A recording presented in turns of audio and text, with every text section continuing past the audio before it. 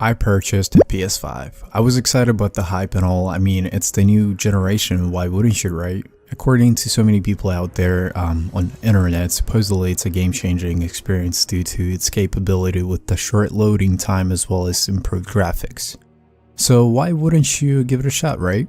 Regardless what I read on the internet, I was very tempted to try it out. But also at the same time I didn't want to because of the price, and no, I'm not talking about the retail price, I'm literally talking about the price that was placed by other people through eBay, Amazon, Facebook Marketplace, you fucking name it. I understand the stock is limited and all, but I suggest not spending more than $200 over the retail price. Just wait it out. Now, is PS5 worth the retail price? Guys, absolutely. Right after I updated my PS5, I started downloading all my previous games from PlayStation 4.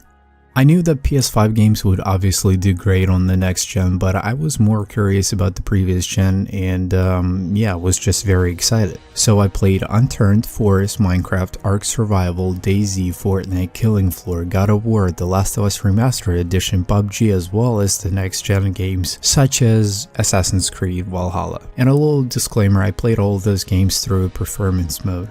I knew that the graphics would be improved regardless what settings I have on. I wanted to see what happens if I actually made this console work, so I put it to the test. And for all you new out there, there is resolution mode, higher graphics, and consistent frame rate at 30 frames per second. Then you got performance mode, stable 60 frames per second by 1080. And then you also have the third option, which allows your PS5 to determine on its own which setting / mode fits better for your specific game, which is also one of your default options. I went to my settings, changed it to performance mode, and I was shocked.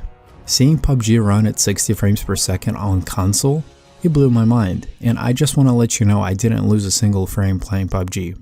PS5 didn't even struggle. Fortnite ran at 30 frames per second with no changes. The only thing I did notice about the Fortnite was the graphical changes. The grass looked better, the sky was perfectly clear with moving clouds, buildings looked sharp, as well as your skins looked a lot more detailed. Nothing too crazy though. Now, Unturned. Oh boy, it took no time to load this game. The game ran so smooth. The only thing that bothered me was the fact that certain things, objects, wouldn't load in properly on PS5. Metal sheets were there, but I just couldn't see the image, just the text. But knowing how much improvement needs to happen to Unturned specifically on console, I wouldn't blame it on PS5. The game still needs so much improvement.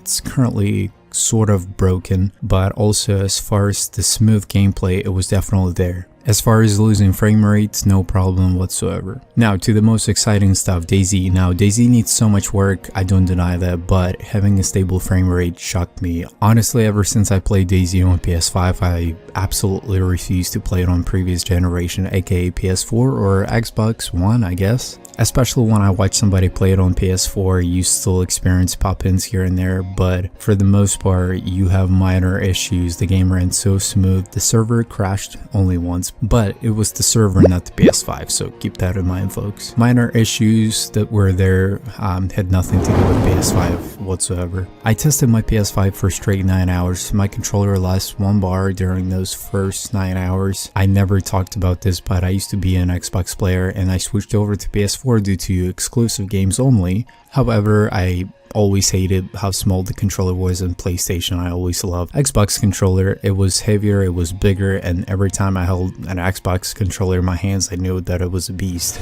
Now, I'm holding a PS5 controller and there's not a single thing I can think of at the moment that I would just dislike about the PlayStation 5 controller. It's massive and the controller itself is so advanced that I can't even compare it to Xbox controller. You just can't. PS5 is by far one of my favorite consoles out there, and if you're still debating whether it's worth updating your PS4 to PS5, yes, 100%, but only if you pay the retail price. I don't care how impressive the new gen console is, it is never worth more than $600 because at that point you might as well just build yourself a PC. Consoles were always supposed to be affordable, and I paid $700 for my PS5, but that's only because I make videos and I need to step up my game. So if you play video games just for fun, there's absolutely no reason for you to pay more than $600 for a freaking console. I am definitely considering investing into like an Xbox down the line, but only due to exclusives on that system. But if I could pick one console for the next 5-6 years to stick to, I'd have to go with PS5.